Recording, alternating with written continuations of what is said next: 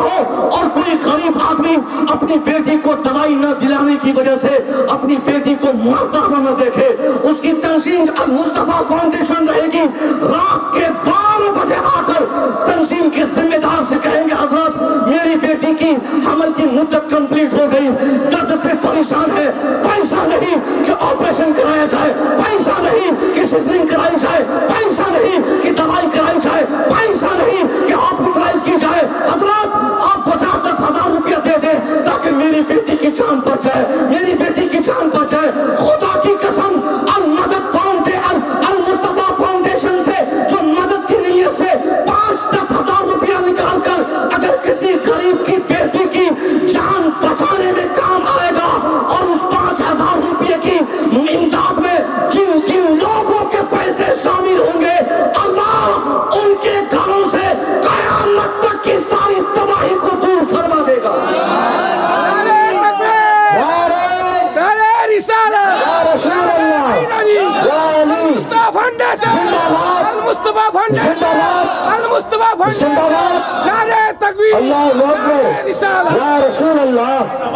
आज भी हम देखते हैं होटलों के आगे हमारे मुसलमान बच्चे, हमारे बच्चे, खुदा की कसम उनके पास पैसे नहीं।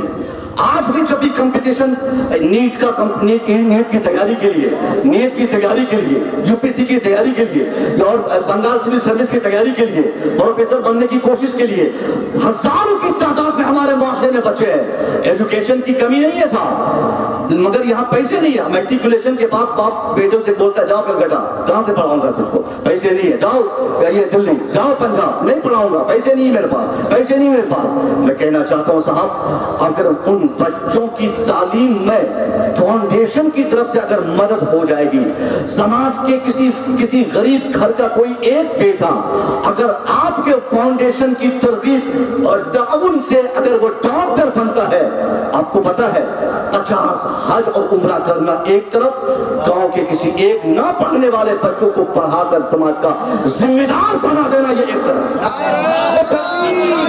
नारे रिसालत, नारे रिसालत, अल मुस्तफा फाउंडेशन, अल मुस्तफा फाउंडेशन, नारे तकबीर, नारे रिसालत, जिंदाबाद जिंदाबाद। आप में से सबके पास पैसे नहीं है और जिसके पास पैसे नहीं उनके पास पढ़ने का टाइम नहीं है। कोई ठेकेदार है, कोई मास्टर है, कोई डॉक्टर है, कोई प्रोफेसर है, कोई कुछ है, जो जिस संस्था से जुड़े हुए हैं। अगर आप चाहते हैं कि हम भी एजुकेशन पे काम करें, आप फाउंडेशन के किसी एक जिम्मेदार को बुलाएं कभी और उनसे कहें कि हजरत एक हाफिज बनने में कितने पैसे लगते हैं। फाउंडेशन का कोई जिम्मेदार होगा, वो कहेगा कि हाफिज बनने में मैक्सिमम 3 साल काफ़ी है अगर अच्छा होनहार बच्चा रहे। क्योंकि जो बच्चे हमारे होटलों में काम कर रहे हैं, मुसलमानों के बच्चे जो होटलों में दूसरों की प्लेट साफ कर रहे हैं, हमारे बच्चे दूसरों के सिंघड़ा और समोसा खाए हुए जूठे बर्तन को साफ करते हैं क्योंकि उनके बाप के पास पैसे नहीं है वो पढ़ा सके। नूरानी कायदा खत्म हो गया, उनके तलफ़ुज़ भी सही है, उनकी क़रत भी सही है, वो उनके हाफ़िज़ा भी दुरुस्त है, उनकी अंडरस्टैंडिंग भी दुरुस्त है, सब कुछ ठीक है, मगर बाप नहीं पढ़ा सकता। उसको होटल भेज दिया 500 रुपया देने के लिए, बीड़ी बना रहा है 1000 रुपया महीना कमाने के लिए, कोई दूसरा काम कर रहा है, किसी की चप्पल सीधी कर रहा है, कहीं टाट बिछा रहा है। आप ऐसे बच्चों को इंडिकेट करें, आप खुद टारगेट में लें कि ये बच्चे को मुझे पढ़ाना है, इसको पढ़ाना है। तो आप पढ़ाना है तो कैसे पढ़ाना है? ऐसे थोड़ी उसको डंडा लेकर आपको बिठा के चटाई पर देनी मार मार के पढ़ाना नहीं। उसके बाप से कहे कि भाई साहब आपका बेटा फला जगह काम कर रहा है, आपका बेटा फलाने का बीड़ी बना रहा है, आपका बेटा फलाने जगह गुटखा पैकिंग कर रहा है, आपका बेटा चूना पैकिंग कर रहा है। मैं चाहता हूँ कि आपके बेटे को पढ़ाऊँ, क्या आप अपने बच्चे को देंगे? वो खुशी से वो गरीब बाप बोलेगा हाँ मैं बिल्कुल दे सकता हूँ। मैं क्यों नहीं काम करने भेजता? क्योंकि पढ़ाने का पैसा मेरे पास है नहीं। अब आप फाउंडेशन के किसी जिम्मेदार से कहिएगा हजरत ये रहा बच्चा, आपने कहा था 3 साल लगेंगे, हमने इस बच्चे को 3 साल के लिए आपके हैंड ओवर किया। अब बताइए कि इस 3 साल में खर्चे कितने लगेंगे? मामूली सा खर्चा है 500 रुपया 1 महीने का। मदरसे की पढ़ाई 12 महीने में सिर्फ 10 महीने होती है। 500 रुपये को 10 महीने में जोड़ते रहिए, आपको कितना होगा? 5000 रुपया होगा। 1 साल का 5000, दूसरे साल का 5000, तीसरे साल का 5000, 5 5 5 15,000 हुए। 15,000 रुपया आप फाउंडेशन के किसी जिम्मेदार को देते हैं। अगर कोई मास्टर है तो 15,000 रुपया उसके एक हफ्ते की कमाई है। अगर कोई डॉक्टर है तो 15,000 रुपया उनके एक दिन की कमाई है। अगर कोई ठेकेदार है तो 15,000 रुपया उनके 1 घंटे की कमाई है। अगर कोई और बड़ा ठेकेदार कलकत्ता के बहुत बड़ी कंपनी का मालिक ऑनर है तो 1 मिनट की कमाई 15,000 है। आप अपनी 1 मिनट या 1 घंटे या 1 महीने की 15,000 की कमाई को अगर आपने फाउंडेशन के जिम्मेदार को दे दिया, या आपने स्कैनर के जरिए आपने उसको अकाउंट में ऐड कर दिया, आपको मालूम है आपकी पॉकेट से सिर्फ 15,000 रुपया खर्च हो रहे हैं, सिर्फ 15,000 रुपया। अब उस 15,000 का बेनिफिट तो देखिए अपनी निगाहों के सामने। एक बेटा मुस्लिम समाज का जो किसी के होटल में समोसा की प्लेट साफ कर रहा था, जो कहीं बीड़ी बनाकर 1,000 रुपया महीना कमा रहा था, उस बच्चे को आपने लाकर फाउंडेशन के जिम्मेदार को देकर 15,000 रुपया चुकाकर आपने इतना बड़ा काम किया कि होटलों में प्लेट साफ करने वाला लड़का अब हाफिज कुरान बनकर किसी मस्जिद का इमाम बन रहा है। ये कितना बड़ा काम हो रहा है। इसलिए कहते हैं साहब कि आपको काम करने का तौर तरीका मालूम होना चाहिए कि हम अल्लाह को राजी कैसे करें। हमारा रब सिर्फ नमाज से राजी नहीं होता है, हमारा खुदा सिर्फ रोजा से राजी नहीं होता है। नमाज तो एनी हाउ हमें पढ़ना ही पढ़ना है, नमाज कंपलसरी है पढ़ना है, रोजा ये भी कंपलसरी है हमें रखना है, हमें हज भी जरूरी है करना है, हमें ज़कात भी देना है। ये 4 ऐसे स्तंभ हैं, खूंटे हैं जिसके बारे में कहा जाता है कि ईमान के बाद अल्लाह के रसूल ने फरमाया कि इस्लाम के 5 स्तंभ हैं, जिसमें से ईमान पहला और उसके बाद ये 5 है। मगर इस्लाम पूरा इन्हीं 5 पे खड़ा है नहीं, इसके ज़ेली फराइज भी है, इसके जुज़ई फराइज भी है, इसके मातहत भी बहुत सारे ऐसे फराइज और तकाजे हैं जिस पर हमें काम करना है। 500 साल से भी अगर कोई आदमी सजदा करेगा, अगर उसके दिल में हमदर्दी नहीं रहेगी, उसके 5,000 साल के सजदे को अल्लाह तबाह बर्बाद कर देगा। आदमी हज पे हज करता रहे, उनके अंदर ब्रदरहुड और भाईचारा की भावना न रहे, समाज में मिलजुल कर काम करने का जज्बा न रहे, इंसान की मदद करने का हौसला न रहे, किसी की मजबूरी में काम आने का उसके अंदर शौक न रहे, मैं समझता हूँ गोया उनके अंदर कंप्लीट ईमान नहीं है।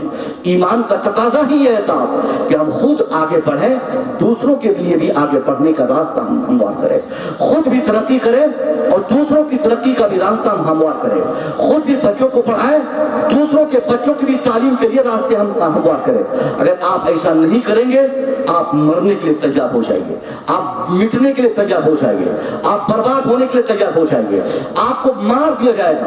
अभी अफरोजुल इस्लाम को मारा जाता है, अभी जुनैद को पटका जाता है, अभी किसी अफरोजुल को जेलों के सलाखों में डाला जाता है। इंतजार कीजिए, अगर आप ऐसा काम नहीं करते हैं, अपने समाज को अगर होशियार नहीं करते हैं, तो एक दिन बारी बारी सबकी बारी आएगी, सब लोग उसी आग के चूल्हे में डाले जाएंगे, सबका समाज जलाया जाएगा। इससे पहले कि हमारा समाज जलाया जाए, इससे पहले कि हमारे हुकूक लिए जाए, इससे पहले कि हमारी दुश्मनी के लिए हमारा जालिम सामना आ जाए, हम अपने समाज के हर फर्द को पढ़ा दें, हर शख्स के हाथ में कलम थमा दें, हर जबान को बोलने की ताकत अता कर दें। आज रामलीला मैदान में हमारे लोग जाके जमा हो जाते हैं, हम अपनी बेटियों को ले जाके साहब वो क्या बोलते हैं कि शाहीन बाग में 2-2 महीने के लिए छोड़ देते हैं, टेंट और तंबू लगा के, जाओ तुम एहतजाज करो, प्रोटेस्ट करो, तेरा हक मिलेगा। मैं कहना चाहूंगा कि प्रोटेस्ट करने से हमें हमारा हक कोई नहीं देगा, चिल्लाने और चीखने से, दीदी मैया मामा काका नाना दादा करने से कुछ नहीं होने वाला है, और ये किसी नेता का नारा लगाने और झोला ढोने से और कुछ फायदा नहीं होने वाला है। हमको तो इस पूरे भारत में सब लोगों ने इस्तेमाल किया है, हम तो सबके वोट के काम आए हैं साहब। कोई ऐसी पार्टी हो 1-2 को छोड़ के बताइए जिसका हम वोटर नहीं, जिसका हम हलवा नहीं बने, जिसने हमें खाकर अपना मजा नहीं लिया, जिसने हमको मुर्गा बनाकर अपने दस्तरखान पे पेश नहीं किया। बारी बारी सबकी कुर्बानी हम काम आए, मगर हमारा कौन काम आया? वजह हमें सबने इस्तेमाल किया, क्योंकि हमारे पास वो अक्ल नहीं, हमारे पास वो शऊर नहीं, हमारे पास वो अवेयरनेस नहीं, हमारे पास वो बेदारी नहीं, हमारे पास वो जागरूकता नहीं, जिसकी बुनियाद पर हम दूसरों के गुलाम बन जाते हैं, दूसरों की गुलामी में आ जाते हैं। कभी रामलीला, कभी कलकत्ता, कभी साहब शाहीन बाग में हम अपने हक मांगते हैं। हम नहीं साहब, हमें हमारा हक चिल्लाने से, प्रोटेस्ट करने से, एहतजाज करने से नहीं मिलेगा। بلکہ اگر آپ چاہتے ہیں کہ آپ کو آپ کا حق دیا جائے تو سماج کے ہر فرد کو آپ پڑھانے کی قسم کھا لیں، سماج کے ہر طبقے کے ہر شخص کو آپ ایجوکیشن ڈونیٹ کرنے کی آپ قسم کھا لیں۔ جب تک آپ کا بچہ نہیں پڑھے گا کوئی آپ کا حق دینے والا آپ کا سامنے نہیں آئے گا، کوئی حق دینے کے لیے آپ کے حقوق اور رائٹس دینے کے لیے آپ کا گاؤں نہیں آئے گا۔ میں پوچھتا ہوں، بڑی ہمت سے آپ بولتے کہ حضرت ہماری تعداد 20% ہے، یہاں پہ 25% ہے، فلانے علاقے میں 50% ہے، فلانے علاقے میں 80% ہے، 60% ہے صاحب۔ اگر 80% ہماری تعداد ہو جائے تو اس سے کیا ہوگا؟ یہ 80% کیا بریانی کھانے والوں کی تعداد، یہ 80% کس کی تعداد ہے؟ یہ نعرہ لگانے والوں کی تعداد، یہ مزار اور عرس کرنے والوں کی تعداد، یہ چلا چلی کرنے والوں کی تعداد 80% ہے۔ مگر کام کتنے پرسنٹیج کی ہے؟ ہمارے 80 اگر 20% پورے بھارت میں ہماری تعداد ہے تو ہم ہر آفس میں جا کے تلاش کریں، ہم بینک میں جا کے تلاش کریں، ہم ہاسپٹل میں جا کے تلاش کریں، ہم ڈسٹرکٹ ہیڈ کوارٹر میں جا کے تلاش کریں، ہم اپنے اسٹیٹ ہیڈ کوارٹر میں جا کے تلاش کریں، ہم ہر جگہ انویسٹیگیشن کریں، ہم کھوجیں کہ جب اس بھارت ورش میں ہمارے اس عزیز ملک میں ہماری تعداد 18 اور 20% ہے تو بلاک میں ہمارے بچوں کی تعداد کتنی ہے؟ ڈسٹرکٹ ہیڈ کوارٹر میں ہمارے بچوں کی تعداد کتنی ہے؟ اسٹیٹ ہیڈ کوارٹر میں ہمارے بچوں کی تعداد کتنی ہے؟ آپ کو میں دعوے سے کہہ سکتا ہوں 80% ہماری تعداد گاؤں میں ہے، کچہری میں نہیں، 80% ہماری تعداد گوشت کی دکان میں ہے، کلیکٹریٹ میں نہیں ہے، 80% ہماری تعداد بلاک میں نہیں ہے، 80% ہماری تعداد صاحب ڈسٹرکٹ ہیڈ کوارٹر میں نہیں ہے، 80% ہماری تعداد سڑکوں پہ حملہ کرنے والوں میں ضرور ہے، مگر چیف جسٹس کی بننے کی فہرست میں ہمارے بچوں کی تعداد تو 1% بھی نہیں ہے۔ میں پوچھنا چاہتا ہوں، جب ہماری تعداد بلاک میں نہیں ہوگی، جب ہمارے بچوں کی جن سنکھیا ڈسٹرکٹ ہیڈ کوارٹر میں ایز اے آفیسر نہیں ہوگی تو ہم آپ کو دعوے سے کہہ سکتے ہیں کوئی شخص آپ کے حق کو دلانے کی باتیں نہیں کرے گا، کوئی بھی آپ کو حق دلانے کی آواز نہیں بلند کرے گا، کوئی آپ کا مال آپ کا حق دینے کے لیے آپ کے گھر پہ نہیں آئیں گے۔ آج جو یہ دشا اور دشا ہم مسلمانوں کی ہے اس کی وجہ یہ ہے قرآن ہمارا جلایا جاتا، مگر قرآن کی حقانیت میں وکالت کرنے والا ہمارا ایک بھی بیٹا نہیں۔ اس پورے گاؤں میں کتنے لوگوں کے بچے وکیل ہیں میں پوچھنا چاہتا ہوں، کن کے بچے ڈاکٹر ہیں میں پوچھنا چاہتا ہوں، کن کے بچے UPSC کے ایگزام میں کوالیفائڈ کیے یا اس کا ارادہ کر کے بیٹھے؟ کوئی نہیں صاحب۔ یہ ارادہ تو سب کا رہتا ہے کہ ہم دکان کریں گے، ہم زمین لیں گے، مکان بنائیں گے، کھیتی کریں گے، پیسہ کمائیں گے، فیکٹری کھولیں گے، مگر ہمارے بچوں میں سے 99% اس سے ونچت ہے کہ ان کا یہ ارادہ ہو کہ ہم بھی وکیل بنیں گے، ہم بھی ایک دن جج بنیں گے، ہم بھی ایک دن SP بنیں گے، ایک دن ہم بھی اپنے ڈسٹرکٹ کا کلیکٹر بنیں گے، ایک دن ہم بھی IAS آفیسر بنیں گے، ایک دن ہم بھی بڑا انسان پڑھ لکھ کر بنیں گے۔ آج ہمارے بچوں کو مار کے ہمارے دشمنوں کو جو فتح مل رہی ہے یہ ہماری ناکامی کی بنیاد پہ، ہماری کمزوری کی بنیاد پہ۔ کچہریوں میں ہماری تعداد سن لے، جیلوں میں ہماری تعداد سن لے، ہر جگہ ہماری تعداد سن لے۔ جب ہمارے بچے پڑھیں گے نہیں کون ہمارا حق دے گا؟ کون ہمارا حق دلائے گا؟ ہماری عبادت گاہوں کو لوگوں نے شہید کر دیا، اپنی عبادت گاہ لوگوں نے ڈھلنے سے بنا لی، تاریخ طے کر دی کہ اس متعینہ تاریخ میں ہم استقبال کریں گے اور روح ڈالنے کا پروگرام کریں گے۔ صاحب یہ سارا پروگرام پورے بھارت میں چل رہا، پوری دنیا دیکھ رہی ہے، مگر میں پوچھنا چاہتا ہوں ہندوستانی شہری ہونے کے ناطے ہندوستان کے ہر جج کے فیصلے کا احترام کرنا ہمارا کرتویہ ہے، ہمارا فرض ہے، ہماری ڈیوٹی ہے، مگر ان ساری چیزوں کے ساتھ ساتھ ہم آپ کی آنکھیں کھول دینے کے لیے کہنا چاہیں گے آخر یہ حالات کیوں پیدا ہو رہے ہیں کہ ہماری عبادت گاہ ہماری عبادت گاہوں کو شہید کر دی گئی، ہماری عبادت گاہوں کی دیواریں شہید کی گئی اور ہمارے بچوں میں بولنے کی طاقت نہ رہی۔ کیونکہ ہمارے حق میں بولنے اور وکالت کرنے والوں کی فہرست لمبی نہیں ہے۔ میں آپ سے کہنا چاہتا ہوں جس دن مالدہ والوں نے، جس دن بنگال والوں نے، جس دن بھارت واسیوں نے، جس دن دنیا بھر کے کلمہ کو انسانوں نے پڑھ لکھ کر اپنے بچوں کو حافظ، عالم، قاری، مفتی، محدث، مفکر کے ساتھ ساتھ اس کو IAS IPS جج اور وکیل بنانے کا سنکلپ لے گا، خدا کی قسم ہمارا بیٹا جس دن کل جج بنے گا یا وکیل بن کر کسی کچہری میں رہے گا اسی دن سے ہماری ترقی کی گنتی شروع ہو جائے گی۔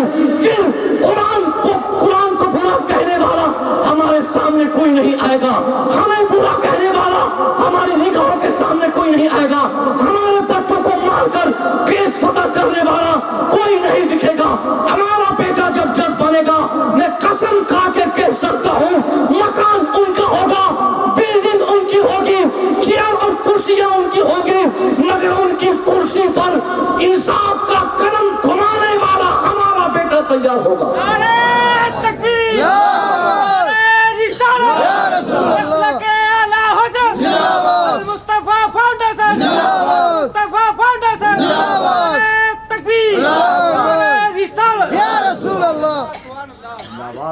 संकल्प है अल मुस्तफा फाउंडेशन का, यही इरादा है कि आपको बरंगेज़ कराया जाए, आपकी आंखें खोली जाए कि आप अपने बच्चों को कॉलेज भेजें, अपने बच्चों को यूनिवर्सिटी से जोड़ें, अपने बच्चों को कॉम्पिटिटिव माहौल में उतारने के लिए उनको तैयार करें, आपके बच्चों को पढ़ाने का ज़ौक़ ये दिलाएं। ये तंजीम का मकसद ही है ये बेदारी पैदा करना, और इस तालीम के साथ साथ बेहतर इस्लामिक तरबियत के कोशे में आपके बच्चों की परवरिश हो। ये भी इनके संकल्प और इनके इरादों में ये शामिल है कि आपकी बेटी पढ़े भी तो इस्लामिक माहौल में पढ़े। मैं पूछना चाहता हूँ साहब, आज क्या बोलते हैं कि कर्नाटका में क्या क्या हुआ अभी 2-3 साल पहले, हमारी बेटियों के निकाब उतारे गए। आपने सुना कि नहीं खबर? हमारी बच्चों के निकाब उतारे गए। मैं पूछता हूँ निकाब उतारने वालों से, तूने बहुत अच्छा काम किया, तुमको तो पीटना भी चाहिए इन मुसलमानों को, इनको मारना चाहिए, इनको अपने कॉलेजों के इंट्रेंस और उसके डोर, उसके दरवाजे से कान पकड़ के भगा देना चाहिए। आगे से सही किया उन लोगों ने, क्योंकि जब कॉलेज उनका होगा तो मर्जी भी उनकी। वाह वाह, हक है हजरत, हक। कॉलेज उनका होगा तो कानून भी उनका चलेगा। हम कितना चिल्लाए हैं, हमारे बच्चों क्या निकाब उतार दिया, हम वोट नहीं देंगे, हम एतराज करेंगे, आवाज लगेंगे। क्यों? घर आपका तो मर्जी भी आपकी होगी ना जी। हमारी खानकाहें बड़ी बड़ी बनती रहती हैं, हक। इतने इतने मकान हजरत, इतनी बड़ी खानकाह, 500 बिल्डिंग, 500 एकड़ जमीन। साहब हम पूछते हैं, कभी हमने तवज्जो की कि हमारी बच्चों के निकाब उतारने के पीछे का रीजन क्या है? क्योंकि वहाँ का HM हम पर हमारा नहीं, वहाँ का मास्टर हमारा नहीं, वहाँ के डायरेक्टर हमारे नहीं, वहाँ के लोग हमारे नहीं। दूसरों के घर में जब हम तालीम के लिए जाएंगे तो दूसरे अपनी मर्जी के मुताबिक सब्जेक्ट भी पढ़ने के लिए देंगे, सिलेबस भी वो अपनी ज़रूरत के एतबार से बनाएंगे, और पोशाक भी वो अपने एतबार से सिलेक्ट करेंगे। अगर आपको शर्म आती है ना, तो आप शर्म के मारे आपको ये करना चाहिए कि अपनी बेटी को कहता नहीं पढ़ना है, अब हमको अपने गांव में ही गर्ल्स कॉलेज बनाना है, अब हमको मुसलमानों को खुद अपना कॉलेज बनाना है, ताकि हमारी बेटी जब इंट्रेंस में पास करेगी, इंट्रेंस मतलब दरवाज़ा क्रॉस करेगी, कॉलेज के गेट पे आएगी, तो ऐसे उसको देखने वाला देख के यही महसूस कर सकता है ये फातिमा की कनीज जा रही है। सुभान अल्लाह, सुभान अल्लाह, सुभान अल्लाह। सीने से कुरान चिपका कर सटा कर जब हमारी बेटी कॉलेज के दरवाजे से गुजरेगी, उसके निकाब को देखकर भी यह महसूस किया जा सकता है कि अब मुसलमानों के बदले के दिन आने वाले हैं। सुभान अल्लाह। फिर हमारी बेटी निकाब पहनकर वो सिर्फ न कॉलेज जाएगी, बल्कि कॉलेज में क्लास रूम में भी वो बैठेगी तो इस्लामिक वातावरण में ही बैठेगी, तालीम पाएगी तो इस्लामिक वातावरण में तालीम पाएगी। ये हमारी कमी और कमजोरी है कि हमारा निजी कोई कॉलेज नहीं, हमारी निजी कोई यूनिवर्सिटी नहीं, हमारा निजी कोई तालीमी इदारा नहीं, जब हमारी बच्चियां जाकर खुद से इस्लामिक कल्चर और माहौल में पढ़ सके, अपना ईमान और अकीदा बचा सके। मैं अपनी बेटियों से कहना चाहूँगा, बेटियां जब तक कॉलेज नहीं बन गए, आपके अपने बच्चों जब तक आपके कॉलेज नहीं बन गए, आप पढ़िए जहाँ चाहते हैं पढ़िए, खूब मेहनत से पढ़िए। पढ़ना आपके लिए ज़रूरी है, फ़र्ज है, नमाज से बड़ा फ़र्ज है। मैंने कहा था अर्शद मुबारकपुर में कि नमाज से बड़ा फ़र्ज है। लोगों को हैरत हुई सुनकर कि पढ़ना नमाज से बड़ा फ़र्ज कैसे हो सकता है। आपको भी थोड़ा लगता होगा ना कि आज तक तो सुनते आए कि नमाज सबसे बड़ा फ़र्ज है, हजरत कह रहे कि पढ़ना सबसे बड़ा फ़र्ज है। हाँ साहब, नमाज से बड़ा फ़र्ज है पढ़ना, रोज़े से भी बड़ा फ़र्ज है पढ़ना, हर जो ज़कात से भी ज़्यादा कंपल्सेशन है तालीम ग्रहण करना। इसमें जो इसकी जो फर्जियत में जो शिद्दत है वो नमाज की फर्जियत से ज़्यादा शिद्दत है। वजह नमाज फ़र्ज सब पर नहीं है, फ़र्ज है, नमाज सब पर नहीं है, और नमाज फ़र्ज है हमेशा भी नहीं है। नमाज अपने वक्त पे फ़र्ज होती है। अभी कौन सी नमाज फ़र्ज है? जिसने शाह पढ़ ली वो फजर पढ़ सकता है? अभी नहीं। फजर की नमाज फजर के टाइम पर, कुरान ने कहा कि नमाज को उसके औकात पर पढ़ सकते। नमाज अपने वक्त पे फ़र्ज है, अपने टाइम पे फ़र्ज है। फजर की नमाज फजर के टाइम पे, ज़ोहर की नमाज ज़ोहर के टाइम पे, असर की नमाज असर के टाइम पे, मगरिब और इशा की नमाज अपने अपने औकात पर फ़र्ज हैं। रोज़ा مسلمانوں پر ضروری ہے مگر سب پر نہیں ہے. سب پہ روزہ فرض ہے، بچوں پہ نہیں ہے، مسافروں پہ نہیں ہے، دقت کی حالت میں ہماری بہنوں پہ نہیں ہے. دقت مطلب دوسری دقت جو آپ سمجھ رہے ہیں. تو یہ ساری چیزیں ہیں. حج یہ بھی فرض ہے لیکن سب پہ نہیں ہے، صاحب مال پہ ہے. زکوٰۃ بھی سب پہ فرض نہیں ہے، جن کے اندر کیپیبلٹی رہے گی ان پہ فرض ہے. مگر یہ چاروں ایسے فرائض ہیں جس پر اسلام کھڑا ہے، اور میں کہتا ہوں ان چاروں سے بڑا فرض ہے پڑھنا. اس کا کوئی اس کی دلیل دینی پڑے گی نا. ہاں صاحب، نماز فرض ہے اپنے ٹائم پہ، روزہ فرض ہے اپنے مہینے میں، اور ہمیشہ نہیں، صرف ایک مہینہ، پورا سال نہیں، ایک ہی مہینہ. سب پر نہیں، بالغ پر، غیر مسافر پر. بالغ پر، ہوشیار پر، غیر مسافر پہ روزہ فرض ہے. حج مالداروں پر، زکوٰۃ بھی صاحب مال پر فرض ہے. مگر ایجوکیشن کی فرضیت کا اعلان کرتے ہوئے جس مصطفیٰ نے نماز کی فرضیت کو ثابت کیا، روزہ فرض ہے جس نبی نے بتایا، جس مصطفیٰ نے زکوٰۃ و خیرات کی فرضیت کا اعلان عام فرمایا، اسی مصطفیٰ کریم نے ایجوکیشن کے فرض ہونے کا اعلان فرماتے ہوئے بغیر کنڈیشن کے آپ نے کہا طلب العلم فریضۃ علی کل مسلم و مسلمہ، کہ ایجوکیشن کا حاصل کرنا، getting education is compulsory for each and every Muslim person.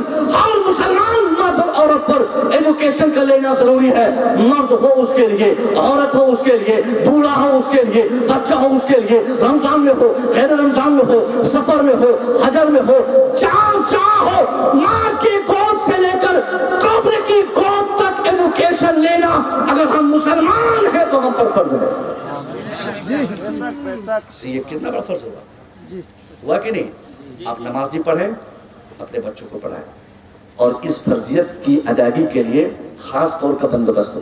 خاص طور پہ ایسا ماحول آپ کریٹ کریں کہ آپ کا بیٹا پڑھنے کے لیے جاتا ہے تو جاتا کیسے ہے، آتا کیسے ہے، کس کے پاس پڑھتا ہے. کہیں پڑھتے پڑھتے ان کا ایمان تو نہیں چلا جا رہا ہے، ان کا عقیدہ تو خراب نہیں ہو رہا ہے. کیوں؟ کیونکہ پڑھائی کے ساتھ ساتھ ہمیں اپنا ایمان بھی بچانا ہے.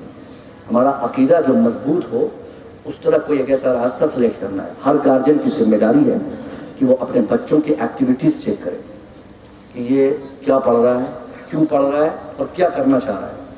یہ آپ دیکھیں، اور یہ ساری چیزوں کے ساتھ جب آپ اپنے بچوں کو پڑھائیں گے نا، تو یقین سے کہہ سکتا ہوں آپ کا بیٹا اچھا ڈاکٹر بھی بنے گا اور اچھا انسان بھی بن جائے گا. انہی ساری چیزوں کی ضرورتوں کو محسوس کرتے ہوئے المصطفیٰ فاؤنڈیشن کے ہمارے لوگوں نے اس کی تیاری کی تاکہ لوگوں کو بتایا جائے، لوگوں کو جگایا جائے، لوگوں کو کہا جائے کہ اب آپ کے سوالات